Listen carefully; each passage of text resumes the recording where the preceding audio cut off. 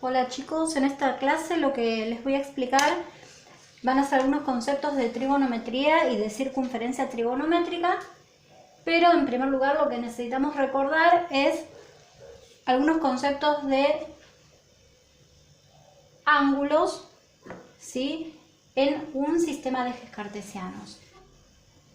Recordamos que el eje horizontal corresponde al eje X, el eje vertical corresponde al eje Y, y que los ángulos van a tener su vértice en el punto 0, 0.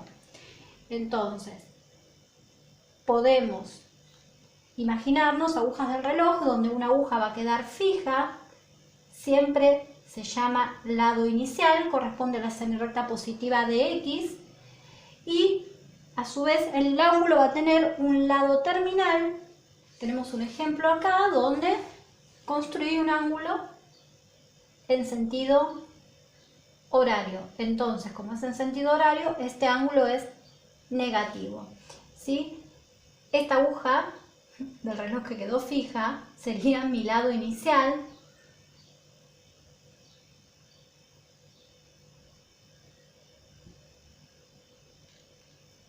Y este lado se llama lado terminal.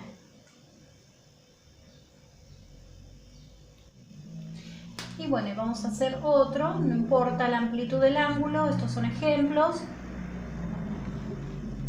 donde partimos siempre del lado inicial de la semirrecta positiva de X. Acá tenemos el lado terminal. Y este ángulo, como fue en sentido antihorario, va a ser un ángulo positivo.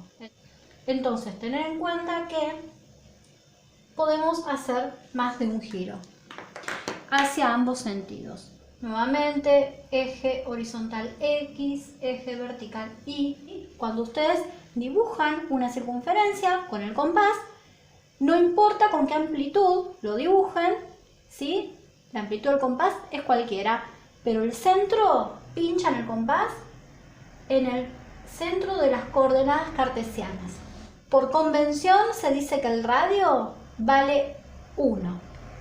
Vamos a detallar entonces que los ejes cartesianos me dividen el plano en 4 cuadrantes. Primer cuadrante, segundo cuadrante, tercer cuadrante y cuarto cuadrante, en este orden.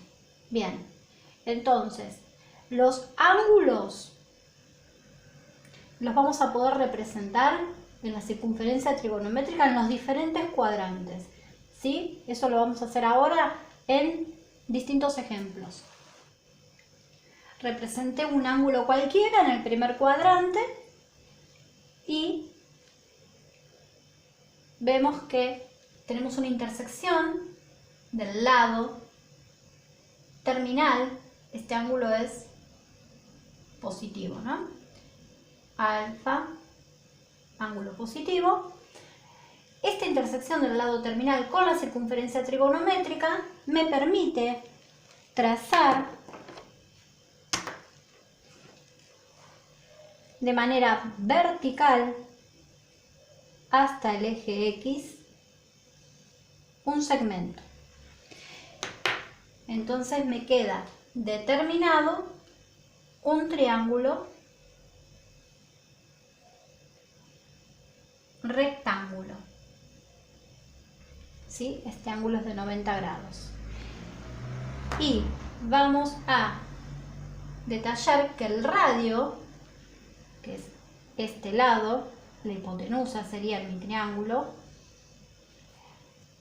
el radio es de 1 unidad. El segmento vertical recibe un nombre característico. Es el seno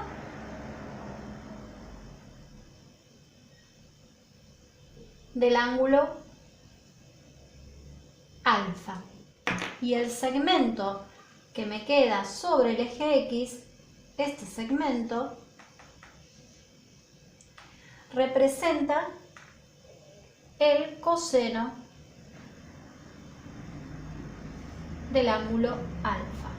Entonces, resumiendo, cada vez que dibujo un ángulo en una circunferencia trigonométrica, tengo que, a partir de la intersección del lado final, trazar la vertical hacia el eje X y me queda determinado un triángulo rectángulo.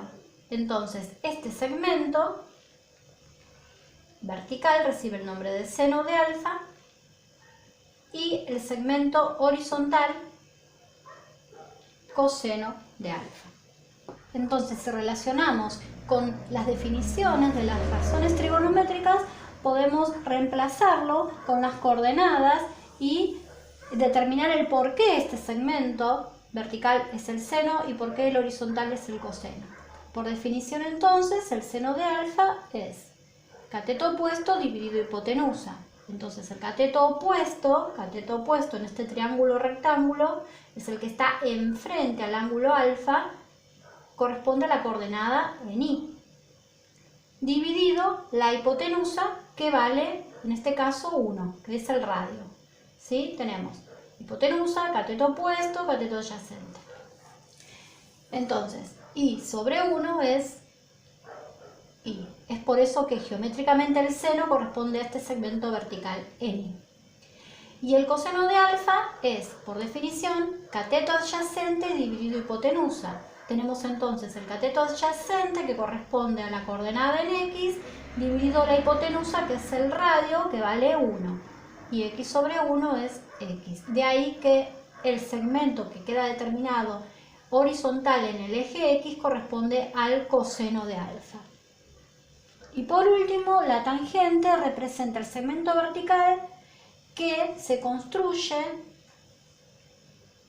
verticalmente desde el lado final, desde el lado terminal del ángulo, de manera perpendicular hasta x positivo, tocando en un punto, por eso es tangente, solamente en un punto, a la circunferencia. Entonces, por definición, tangente es cateto opuesto sobre adyacente. Mi cateto opuesto en este triángulo rectángulo es seno de alfa y el cateto adyacente es el coseno de alfa. De ahí que la tangente de alfa es seno de alfa sobre coseno de alfa. Bueno, ahora hacemos un ejemplo en el segundo cuadrante, dibujando un ángulo, ¿sí?, que parte, ya sabemos, siempre desde x positivo, de la semirecta positiva de x, hasta el lado final. Bien, ángulo alfa. Entonces ahora vamos a representar los segmentos que quedan determinados de manera perpendicular en la intersección del lado final del ángulo con la circunferencia hacia el eje X. Representamos entonces el seno de alfa y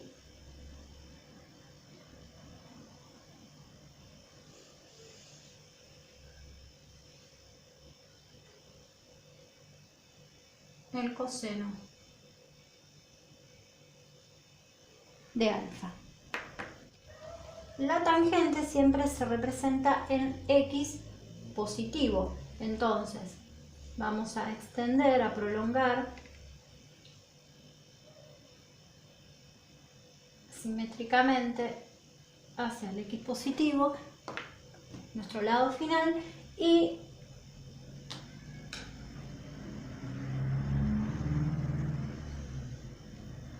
aquí nos queda determinada la tangente de alfa.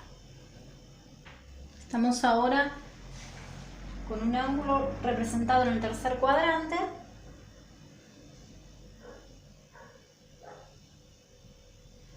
y determinamos entonces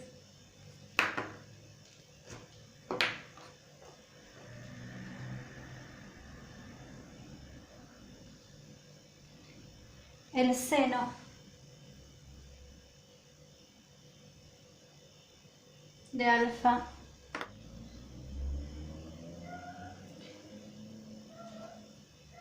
y el coseno de alfa. Para la tangente, entonces, como debemos representarla siempre en x positivo, vamos a prolongar ese lado terminal para el otro lado.